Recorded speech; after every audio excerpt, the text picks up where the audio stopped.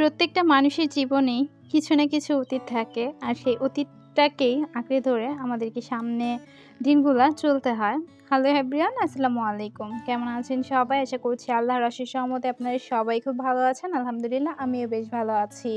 কাছে এবং দূরে, দেশে এবং দেশের বাহিরে যে যেখান থেকে আজকের এই ভিডিওটি দেখছেন বা দেখবেন সবার সুস্বাস্থ্য কামনা করে আজকের এই ভিডিওটি শুরু করছি। প্রতিদিনের মতো সকাল থেকেই ভিডিওটা স্টার্ট করেছি। তবে এখন অনেকে হয়তোবা ভাবছেন শুরুর দিকে এই কথাটা আমি কেন বলছি?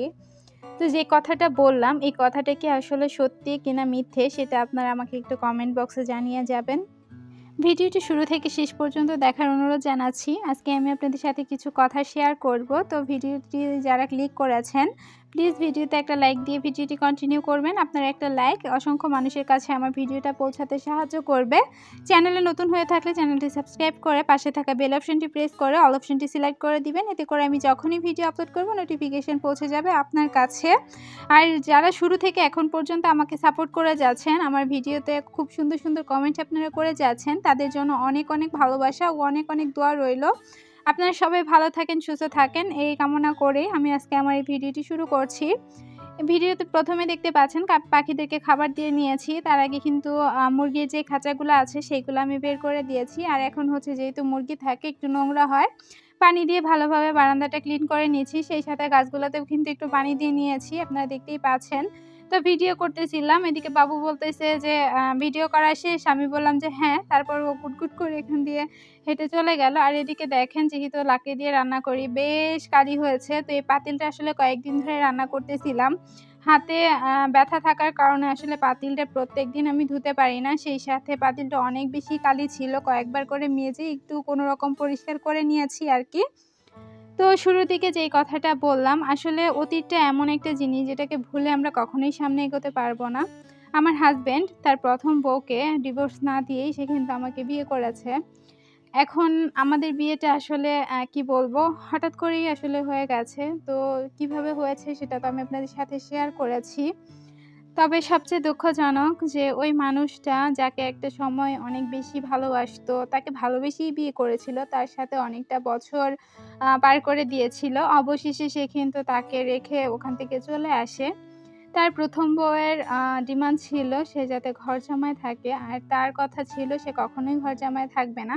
সেই কারণে সে তার ওয়াইফকে রেখেই আসলে চলে আসে। এখন পর্যন্ত তাদের ডিভোর্স হয়নি। আর এই অবস্থায় আমার সাথে কিন্তু তার বিয়ে হইছে। তো যাই হোক, ওই বউ এখন পর্যন্ত আসেনি। যেহেতু ফেসবুকের যুগ, কোনো না কোনো মাধ্যমে আমরা কিন্তু মানুষের খবর না খবর পেয়ে যাই। কিন্তু মাঝে মধ্যে ভয় হয় যদি ওই মেয়ে এসে উঠে যায় আমি কি করব? তখন হয়তোবা আমাকে এই সংসার ছেড়ে পালাতে হবে। কারণ আমি তো আসলে আ এখানে জোর খাটাতে পারব না। তো যাই হোক, এই হচ্ছে আমার বর্তমান পরিস্থিতি। তো মাঝে মধ্যে মনে হয় সবটুকু ভালোবাসা হয়তো তার ওই বউর জন্য ছিল। বর্তমানে ব্যবহার আমার সাথে এত বেশি খারাপ করতেছে। আমার আসলে সামনের দিনগুলা কিভাবে কাটবে আমি জানি না। আমার অনেক বেশি কষ্ট হচ্ছে। ভাবি আপনাদের সাথে শেয়ার করব না। তো আমার পাসটা যেহেতু আমি আপনাদের সাথে শেয়ার করেছি, তার পাসটাও শেয়ার করলাম। আর একটা ডিভোর্সি মেয়েকে কখনোই একটা অবিবাহিত ছেলে কিন্তু বিয়ে করে না আর ভালোওবাসে না। তো একটা ডিভোর্সি মেয়েকে হয়তো পরিবারের চাপে বা কোনো না কোনো পরিস্থিতির কারণে একটা ছেলে হয়তোবা বিয়ে করে। বাট মন থেকে ভালোবেসে কখনোই একটা ছেলে কিন্তু একটা ডিভোর্সি মেয়েকে বিয়ে করতে চায় না। তো যাই হোক, আমাকে যেহেতু আমার শাশুড়ি নিয়ে গেছে, তো সেই হিসেবে আসলে অভিযোগ দেওয়ার কিছুই নাই। আর সেও আমাকে পছন্দ করেই বিয়ে করেছে। বিয়ের আগে যখন তার সাথে আমার পরিচয় হয়, তখন তার কথাবার্তা, ব্যবহার, আচরণ সবকিছুই ভালো ছিল। কিন্তু ইদানিং কেন জানি না তার মেজাজটা সবসময় খিটখিটে থাকে। সে আমার সাথে খুবই খারাপ ব্যবহার করে। আমি যথেষ্ট পরিমাণ আমার পরিবারটাকে সামলে নেওয়ার চেষ্টা করি বা সামলে রাখি। ও আর্থিক অবস্থায় যদি ভেঙে পড়ে সেক্ষেত্রে আমি কিছু না কিছু করে কিন্তু তাকে সাহায্য করি। আমি অসুস্থ, সে কিন্তু কোনো চিকিৎসার ভার বহন করে না এবং কোনো টাকা খরচ করে না আমার পেছনে। আমি উল্টে তাকে কোনো না কোনোভাবে জোগাড় করে দেই সংসার চালানোর জন্য। যতটুকু সম্ভব নিজের হাসব্যান্ডের পাশে থাকার চেষ্টা করি। তারপরেও উনি আমার সাথে এরকম কেন করেন আমি জানি না। বর্তমানে উনি কিন্তু আমার সাথে খুব খারাপ ব্যবহার করেন। হয়তো গায়ে হাত তোলে না, কিন্তু এরকম ব্যবহার আসলে মাঝে মধ্যে ইচ্ছে করে নিজের জীবন শেষ করে দেই। তখন আবার চিন্তা করি সেই শুরু থেকে এখন পর্যন্ত সংগ্রাম করে আসছি। আমি কেন আমার জীবন অকালে ঝরিয়ে দিব? কারো জন্য আমি কেন মারা যাব?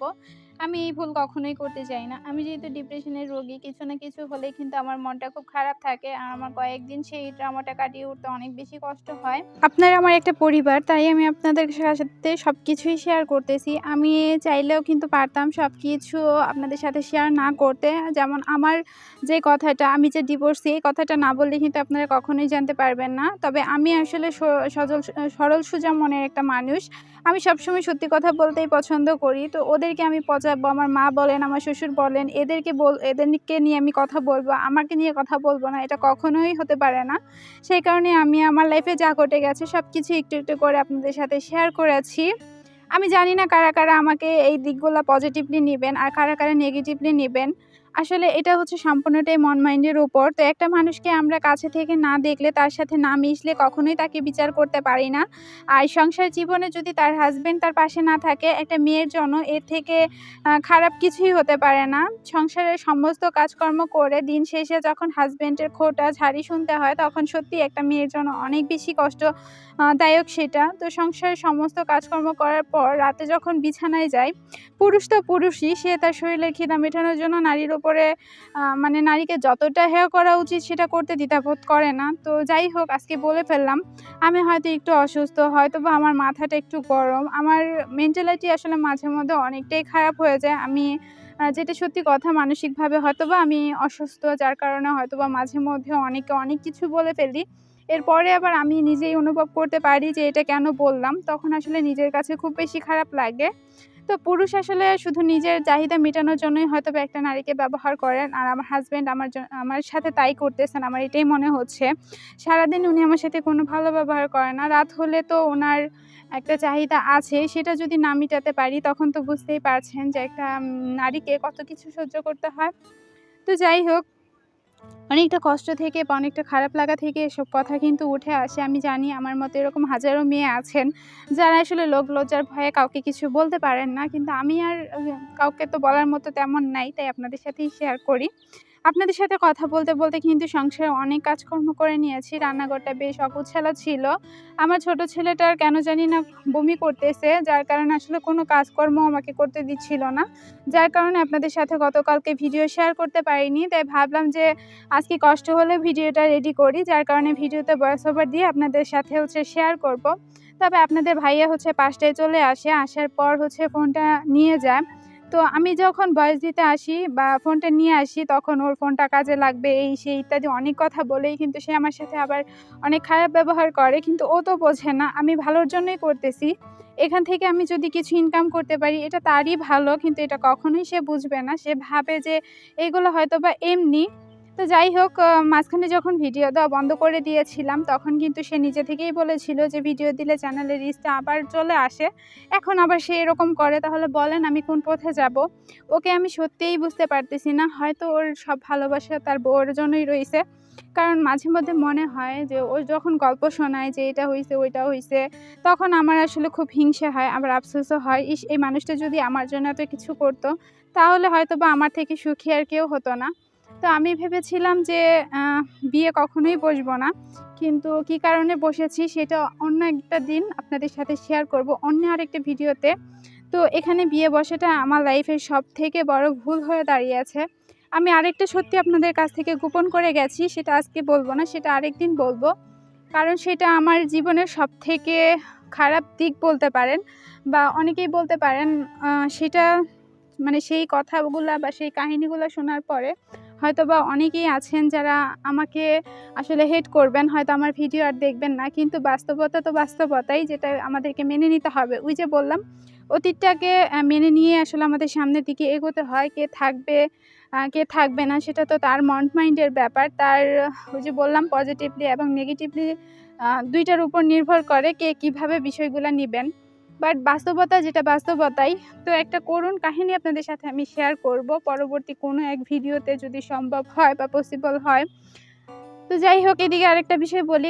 গত ভিডিওতে অনেকেই কমেন্ট করেছেন, আপু বাচ্চা মানুষ, ওদেরকে মারবেন না, ওদের মারলে আসলে মন মানসিকতা নষ্ট হয়ে যায়। হ্যাঁ, আমি জানি বাচ্চাদেরকে মারলে মন মানসিকতা নষ্ট হয়ে যায়। তবে আমার বড় ছেলের ব্যাপারেই আরেকদিন আপনাদের সাথে কথা শেয়ার করব।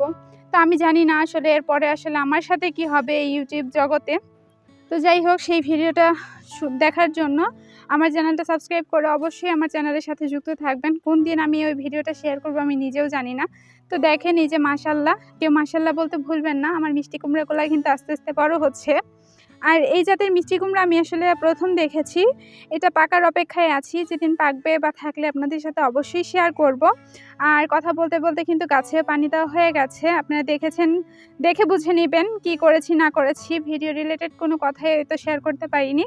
আর এদিকে দেখলাম বেশ অনেকগুলো টমেটো পেকে আছে, তাই হাত দিয়ে একটু তুলে নিচ্ছিলাম। তো ভিডিওটা কেমন লেগেছে ছোট্ট একটা কমেন্টে জানাতে ভুলবেন না। আর আপনারা কি আমার সেই করুণ কাহিনী শুনতে চান কিনা সেটাও আমার কমেন্ট বক্সে লিখে জানাবেন। আমি অবশ্যই পরবর্তীতে শেয়ার করব। যেহেতু আমি আপনাদেরকে আমার পরিবার মানি, সেই হিসেবে আপনাদের সাথে আমি সব কিছুই শেয়ার করব, কিচ্ছু লুকাবো না। একদম আমার লাইফের A to Z। এর আগে পিছে অনেক কথা আপনাদের সাথে শেয়ার করেছি। সামনে যেই কথাটা সেটাও শেয়ার করব ইনশাআল্লাহ, যদি আল্লাহ আমাকে বাঁচিয়ে রাখেন। তো যাই হোক, ভিডিওতে ভুল ত্রুটি হলে ক্ষমা সুন্দর দৃষ্টিতে দেখবেন। আর কোনো দিক যদি আমার কথা বা কাজে খারাপ লাগে সেটাও জানাবেন, আমি পরবর্তীতে শুধরে নেওয়ার চেষ্টা করব। তো কথা বলতে বলতে আর কাজকর্মের মাঝেই কিন্তু আমার আজকের ভিডিওটা শেষ করছি। ভিডিওটা কেমন হয়েছে ছোট্ট একটা কমেন্টে জানাবেন। আর প্লিজ একটা লাইক দিয়ে দিবেন যারা যারা এখনও লাইক দেননি। আর পুরো রান্নাঘরটা কিন্তু একটু গুছিয়ে নিয়েছিলাম। তো এই তো এভাবেই গোছানো থাকে। চেষ্টা করি যত সম্ভব গুছিয়ে রাখা যায় আর কি। বাচ্চা যেহেতু অসুস্থ, আসলে কোনো কাজ ঠিকঠাক মতো হয় না। তো আজকের মতো বিদায় নিচ্ছি। সবাই ভালো থাকবেন, সুস্থ থাকবেন। আল্লাহ হাফেজ।